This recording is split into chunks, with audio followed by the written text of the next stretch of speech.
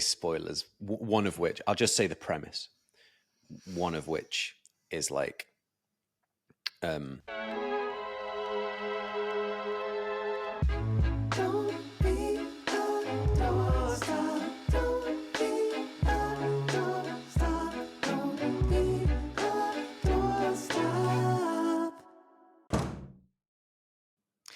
Welcome to another episode of Don't Be a Doorstop. It is nice and sunny here. I've been enjoying the sunshine and I've thought I would spruce things up and not always wear black or dark colours and give you a nice little colourful shirt for you. It reminds me of like Hawaii vibes. You know, you always as a kid used to have that kind of like shirt that you'd wear that was a bit like fancy. So I thought I'd don on a bit of a shirt to bring the summer vibes because, you know, sun is out, mood's always better. So how are you doing today, Tom? Yeah, not too bad. I woke up very knackered, even though I slept very well. Which is always great. When you're dragging yourself out of bed, you could barely open your eyes. It's always a good way to start your Monday morning. But apart from that, I'm doing good. What about yourself? I've cracked and bought a Netflix account because I wanted to watch Black Mirror. So yesterday we watched a couple of episodes of Black Mirror, and I'm always entertained with how good the writing is because it's always, they play on people's fears, but it's not too far away from reality, right? It's plausible and something that you've never had to consider in any depth, but now it makes you consider it more. So it's basically making people a little bit paranoid, or not paranoid, but like attentive or like alert. So yeah, you've not watched any of them yet, have you? I guess I can't spoil it for anyone because I've only just come out.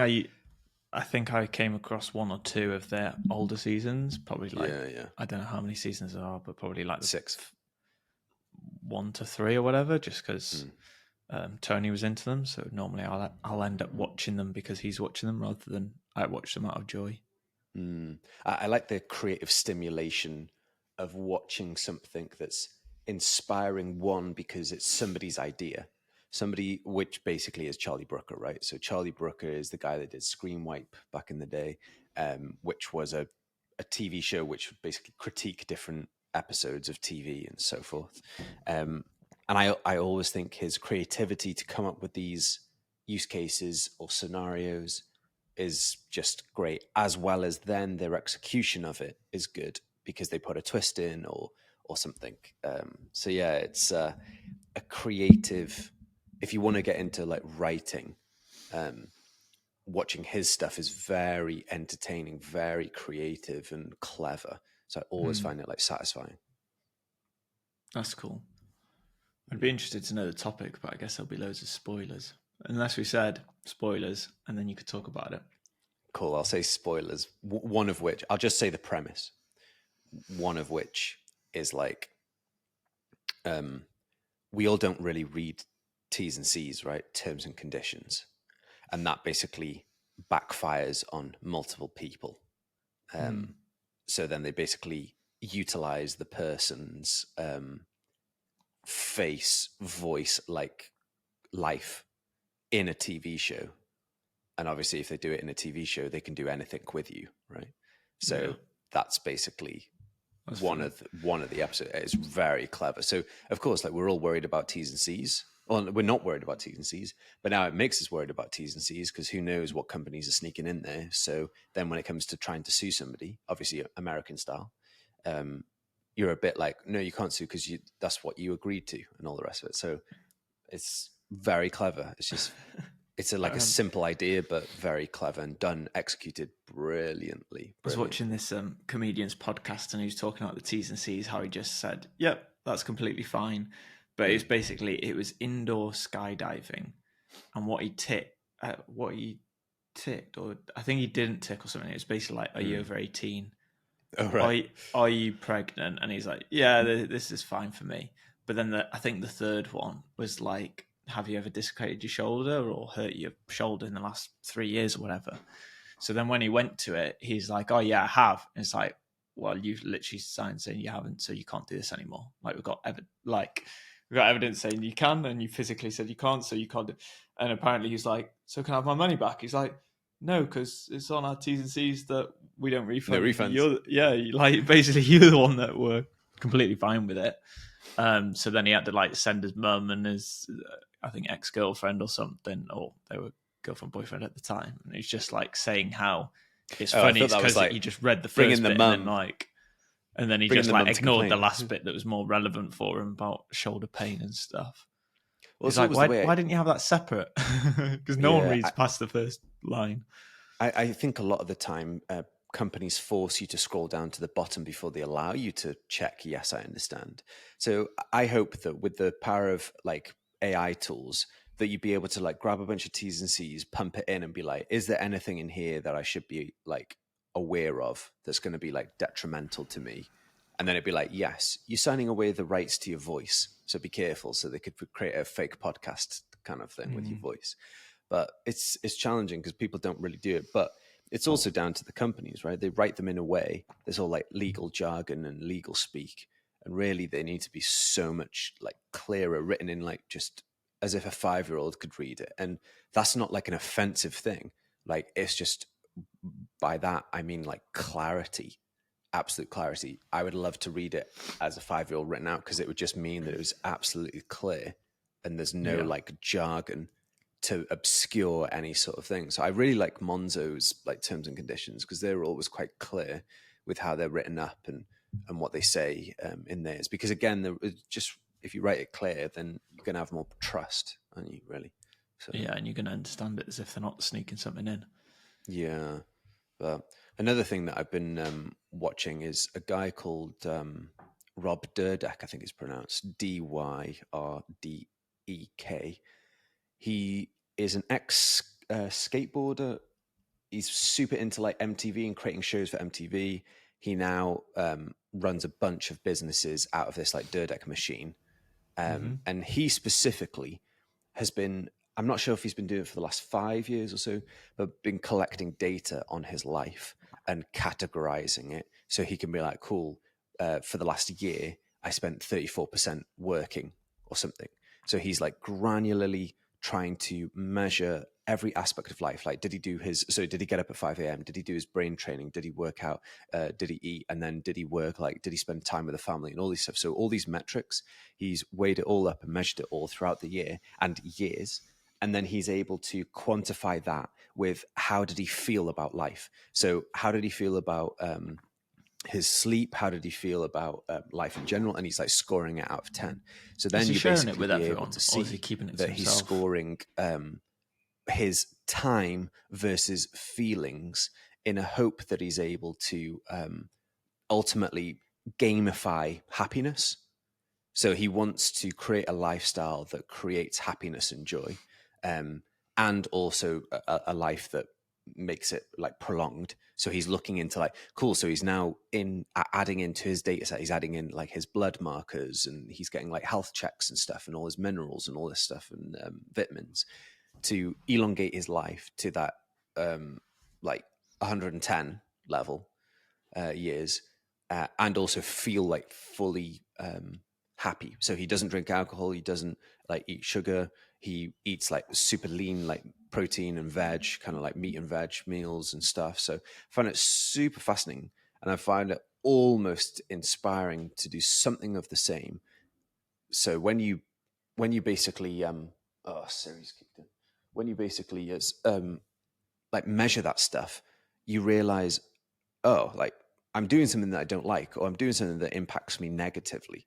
So I'm very tempted to do something of the same in a small way, even if it was just like a happiness metric of like, cool, this week, broadly speaking, what are the buckets and how happy did I feel? You know? Was he sharing that information, or was it all to himself? So he doesn't have it. I don't think he has it publicly, but he's sharing his process and some of the detail of what he has. So he's like, oh, back in 2015, I was like this number, and now I'm this number, which means that my activity changes. I've gone from 34% to like 30% work. And that has meant that my happiness metric has gone up in the workspace. So I'm like, oh, you can have these like correlations basically in the connections of data. So yeah, being very granular. But what I find is very fascinating is it doesn't. I think his mum's Christian. He quotes the Bible or references God sometimes, but this idea of quantifying fulfillment or joy or something is really interesting, because that would be almost Christianity of some sorts, right? Wanting to live a fulfilled life and feel a sense of joy and prolonged joy, not just momentary joy. So I found it really, really interesting. So he's actually done a couple of podcasts where he explains his process in more depth, and how fulfilling it is for him in keeping to this progress. That is very, very interesting. And I guess the Christianity part to it is, I'm seeing if I could find my chat from yesterday. I don't think I could. Basically, I went down a using AI as a mentor / counselor to see what would happen on, I guess, how to feel. What's the word? So instead of how to not feeling good enough, how to go against that, basically. And it's just saying it's not to do with your external achievements, but actually your identity in a child of God. But then I was sort of asking it, give me questions to go deeper on the thoughts of this.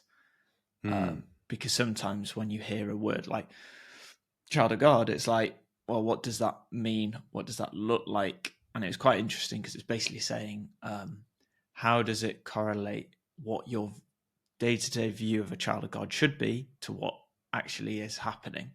And it is fascinating because I guess your theology comes out in the wash to some extent. Because I didn't realize that it's like, that things would go your way and you'd be a little bit more in the know of knowing what's going on, what's happening. Well, things aren't going always your way and you feel out of the know. But then I was like, well, surely those two things equal more trust than being in the know. Because actually being in the know is being God, but not being a child of God. So it's like, it's a very interesting, idea, the sort of happiness and identity triangle. Yeah, it comes back to how we, like in the really early stages of the pod, I think one of our episodes was about challenging narratives, right? Challenge what you've been told and what you know, to make sure that that's the correct lens in which you like run life with. And again, it is when we speak about Christianity or church or whatever, a lot of the time people get in the way. And again, church might be triggering for some people because of their experience with people in the church and so forth.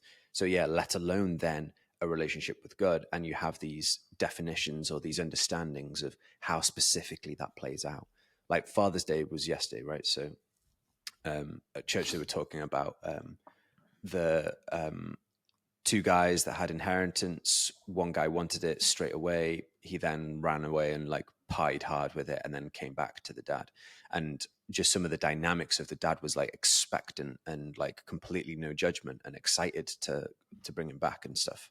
And just calling out the qualities of how the dad acted in that and how that played out comes to kind of our understanding, as well as we were reading another part, which is basically about we are blessed, we are favored, and ultimately that is another perspective that we want to kind of understand.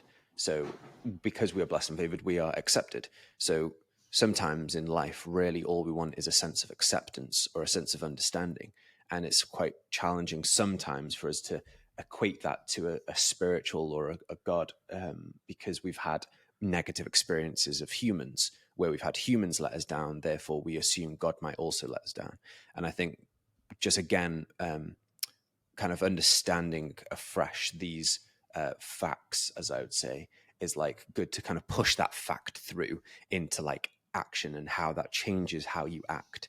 And if you did understand that the creator of the universe was completely happy with you and enjoyed you and loved you, kind of thing, like how would that then change your outlook on life, or how would that change your day-to-day life, rather than thinking, oh, God is a God of judgment and so forth. It's like, yeah, challenge these views, really, and go back to basics of what does it actually say.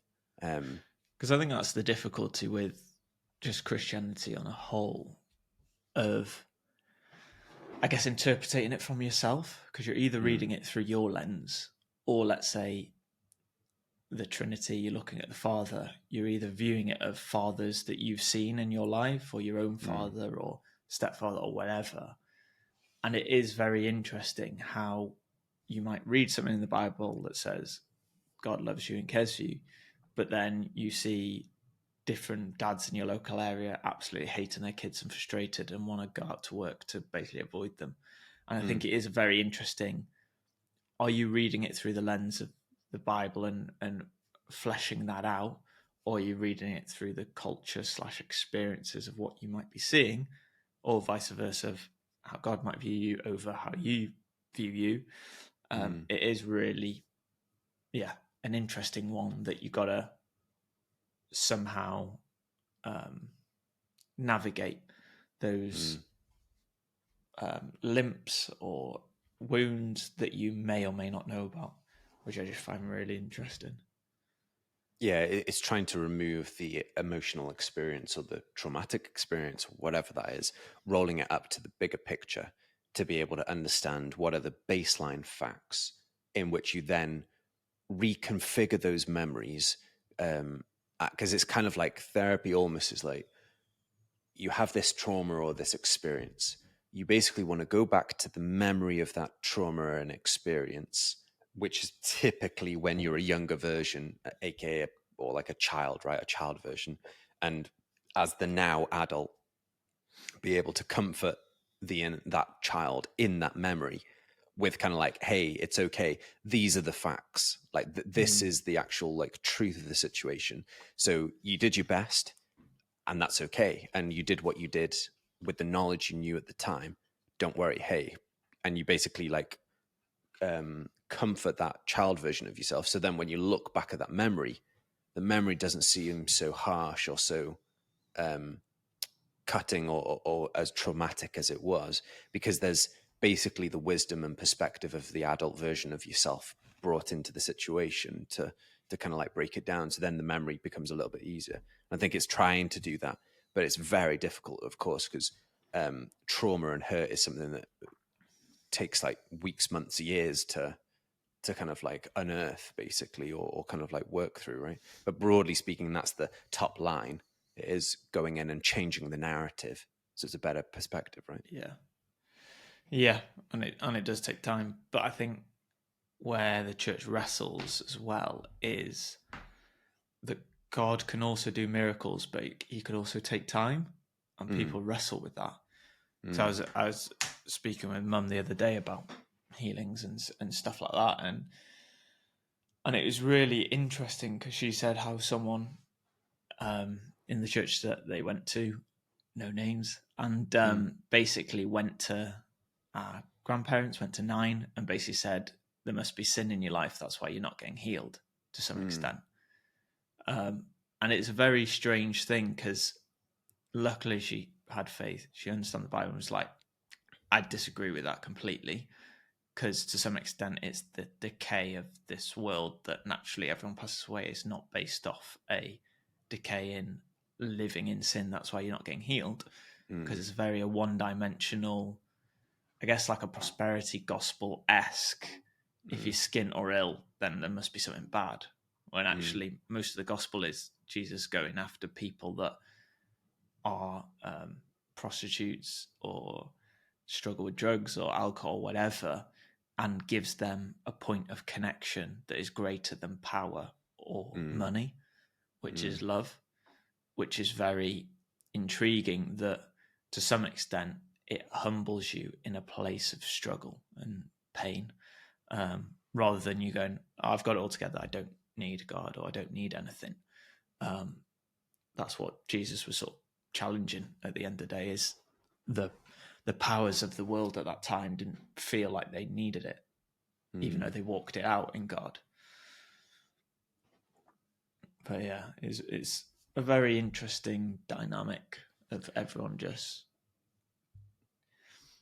going from their own experiences, but also how it's even translated. So what I'm trying to do now is there's a company called the Bible Project, and they've started a new. They're very good at animations and teachings of like different stuff of the Bible or different topics or different areas.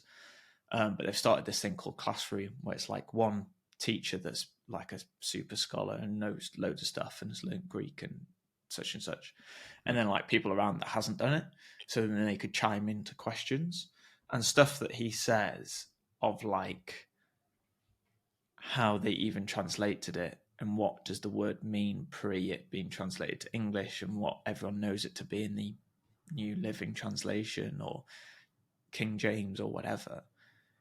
It brings it makes it more interesting, because you're not becoming anal towards the English language that actually it wasn't even written in the English language.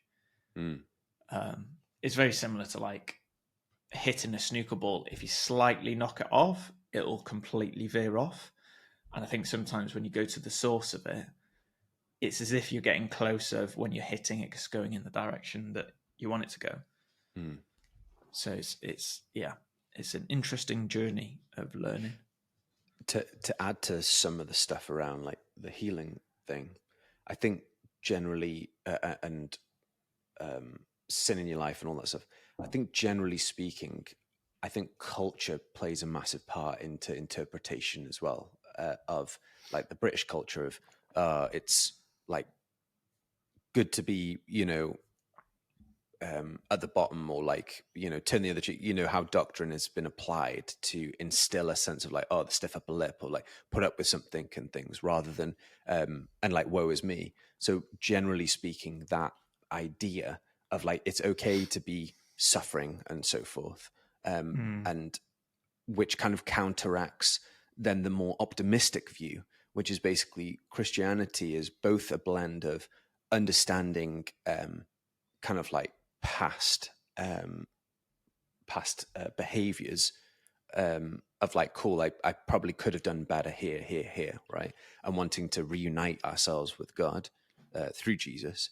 But it's also like, when that has happened, what do you now do? Now that you understand the dynamics, what can you like positively think in a bigger place? And what can you do empowered by like your understanding of God, Holy Spirit, and Jesus, and be much more positive around, cool, so can we believe and trust for big things? Because I would say society, generally speaking, affirmations as a concept, or a kind of spiritual concept of saying positive things over yourself, and positive things turn up. Like, broadly speaking, that's kind of like a snippet, or like a shoot off from favor, right? And an understanding that God is for you. So you might be like, okay, it's the universe and nature, so the universe is going to bring me good things, right? So, well, really, it's God. So it's kind of like there are offshoots of Christianity, labeled as affirmations, for example, that's a bit more, the creator and the universe and things, when really it's like, nah, let's just agree that there is a creator, and that creator is God. And try to like bring back to this. But again, I completely understand it, because most often people are hurt from church experiences. Like, even, you and I have been hurt from people in church, right? So it is the way. And I think, again, sometimes the church, we're a family, like, means that we put up with bad principles, like bad family dynamics, because we're again told to like put up with it, right? And told that this is the ideal. So churches don't really talk about, if there's toxic relationships in the church, how to step away from them and not feel guilt ridden, that you should be, really, really close with people that hurt you, or stuff like that, and forego your own boundaries and things. Yeah, I guess it's more, what do you do in your day-to-day life, rather than maybe even how to deal with conflict that you might struggle with, even within a family, that like how to do it in a healthy way, rather than kicking and screaming and not hearing anyone and seeing a lot of pain. But yeah, it is very interesting, because even on the weekend, we were talking with some friends saying what happens if their church, let's say tomorrow, disperses, and you could go and do whatever you feel prompted to do. And they were like, actually, they lead like a small group, and they were like, we'll just do that because actually we feel there's a sense of family, there's a sense of home. We hear from God, we learn about Him, and then we go out into our communities to then just try and show love to that area, which I just thought was interesting. How okay, they're sort of doing what they're doing, but imagine if you're like, right, you don't need to come on a Sunday. You could either move it onto a Sunday or keep a Sunday for you to be even more flexible to do other things. But then for other people, it's like, oh no, we need Sunday. That's what I live for. But it sort of feels like the church is very similar to the classroom in the sense that how the class is taught probably works for 60, 70, 80%. But then what do you do with the 20%? You either force them into the classroom and then they'll never learn and be that bad kid or funny kid or quiet kid or whatever, or you just create spaces. Obviously nowadays there's like sensory rooms and there's more technology and stuff to help. So how do you do that from a church perspective rather than do something? Because I was saying the church model worked in the past because no one could read the Bible. So you'd have that one person that understands it and specifically can read it because no one could read it. But now you're getting to the point that, okay, actually you can get taught, you can teach yourself as long as you can read it. A lot of people are getting taught.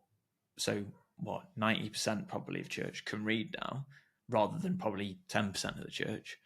So actually how we develop in as a Sunday or as a church as a whole, church as a building or as a system, as a spirit or whatever you want to call it, because actually there's so much that's changed that even now you could probably have better teachers of the Bible in the congregation that you wouldn't have had in the past, which I just find really interesting how, but we just keep to the same model.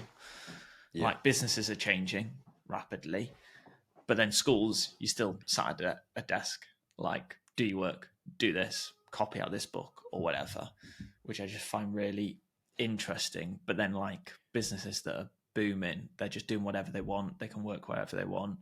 It's a lot more flexible and even people's lifestyles. But even with the business analogy, basically business analogy of like cultures within businesses, for example, there'll be certain companies that are like startup-y and they have like a fridge of snacks or a fridge of drinks or whatever. And that culture attracts a new type of person, right? And moving away from the old way of working to new ways of working, or people with like remote work.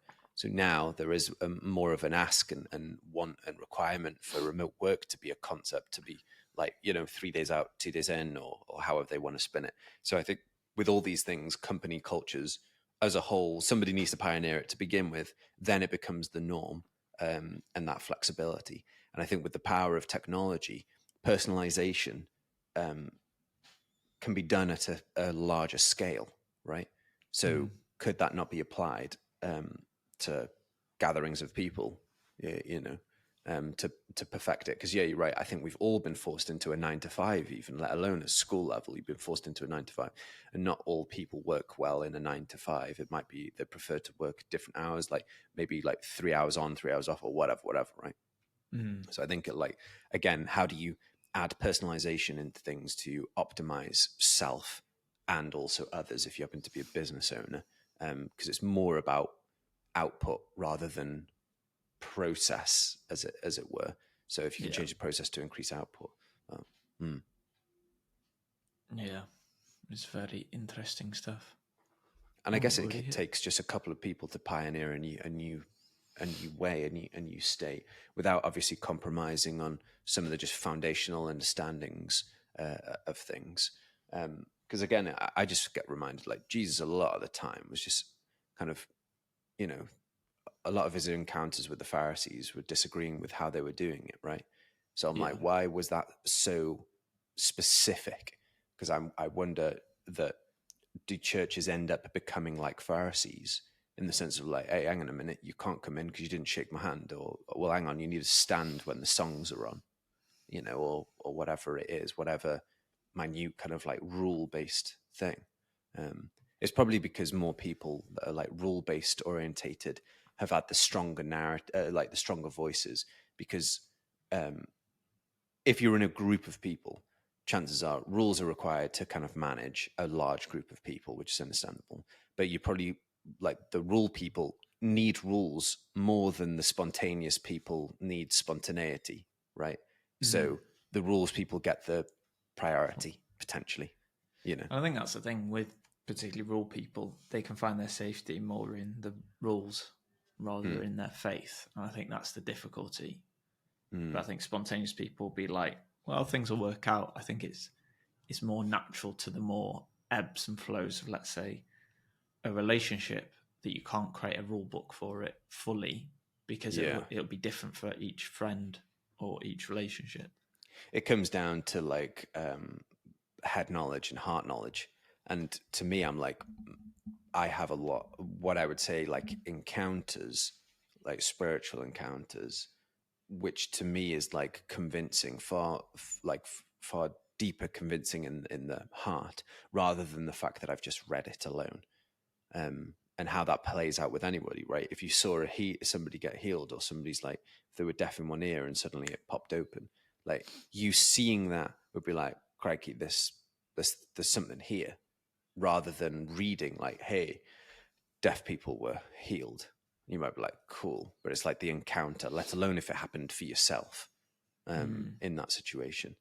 So it's like in life, trying to seek out the encounters, like, and match head knowledge with heart knowledge. Yeah. I think it's always tough, that thing, because we've talked about it before, haven't we, of like how you can go on this emotional journey that worship can be constructed of. You play a really high song to get your heart beating and then you're really excited, and then you like drop it to like this like more thoughtful view, and then you work your way basically back up to it, and it's as if you're taking everyone on that same journey that can be sometimes of enough of an emotional boost that it can feel like a healing. But it's one of those things, I think the question is, does it matter? Is like the classic placebo. If it works, is it good or is it bad because they're depending on a spiritual or an emotional journey rather than a spiritual journey? It's always an interesting, because we were sort of talking about that on the weekend as well. Yeah, because I believe that it can happen in both hot and cold rooms, right? In the sense of, if you were like, right, let's start talking about healing and praying for healing now, with like a cold start, I think it would happen there in the same way that it would happen if there was basically a mindset journey of just like understanding and kind of like setting the tone for it then to happen after, as like a warm sense.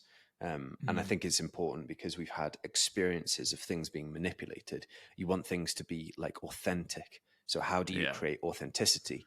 Authenticity might be that you don't want to feel like you've been emotionally manipulated to a space, which I personally don't feel like worship is emotional manipulation in the same way that you'd listen to any album of any artist, or like Hans Zimmer, and you would never claim that Hans Zimmer manipulated into you feeling a certain way.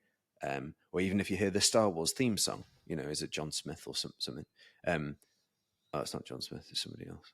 I'm sure it's John something. Like that composer, or like any sort of composer, are they manipulating you? I don't think so. I think they're just creating a piece of art, really. And then we are emotively reacting to the piece of art, or that kind of expression, or the journey, or the words, or something, because of our understanding of music or the understanding of words. But yeah, I think there's all sorts of stuff that there's basically a bunch of hurdles, and sadly, these hurdles are all hurdles that are in the way for connecting with God. So it's like, how do you remove the hurdles of human hurt, or the idea of, oh, well, I've seen manipulation in the past, so I'm a bit wary, and that stuff, to get down to just truths. So then those truths can be experienced and like understood properly. So then you don't have a kind of a skewed outlook on how you live life because of a particular experience that skewed it. Again, it comes down to self-reflection and, for yourself, taking it upon yourself to delve into these things rather than living off somebody else's experience or living off somebody else's words to you and so forth. So it ultimately just requires more to really grasp it for yourself, and then when you do, it just sits better, hopefully. Yeah. So, but yeah, in summary, again, so important to be self-reflective and really understand and reverse engineer experiences. And if there's a memory of hurt that comes up, like dealing with it, aka think about it and dissect it a little bit, because ultimately that will just level you up, and there's no rush. So it can take a month, it can take 5 years, it can take 10 years, but it's important to do it because you're basically getting to the best iteration of yourself, the most consistent version, the most consistent and best version of yourself, which ultimately benefits you, let alone then the outworking of you as a best person, then helps other people to become their best versions and most consistent versions of themselves. So. Yeah. Well, that's the thing. You don't need to do it alone. There's friends. There's us in the comments. Yeah. Or whatever. And there's our Lord and Savior, Chat GPT. No, and there's AI that's very good at just you asking it to be a certain persona, because then you get that you can ask it to be a therapist that's got 30 years experience and it'll slightly change its tone, which I just find really interesting. But also the best bet is ask it to ask questions to make you go deeper, and it'll give you questions that are normally open-ended that then you have to think and see what pops up in your brain, in your heart. And people might not know that ChatGPT is free to use. So obviously you can pay for a higher tier, but the 3.5 model, so the 4 model is something you pay for, 3.5 model is free. So using that, rather than having to pay 30, 40, 50, 60, 70, 80 pounds for therapy, it's like a really, like, why not, right? It's a deal that's just perfect, right? You get a free therapist by chatting to ChatGPT. So why wouldn't you do it? It's a deal that you can't miss. Indeed. Click on the sponsor link below. No, we don't have a sponsor link. But yeah, until next time, keep hammering those nails.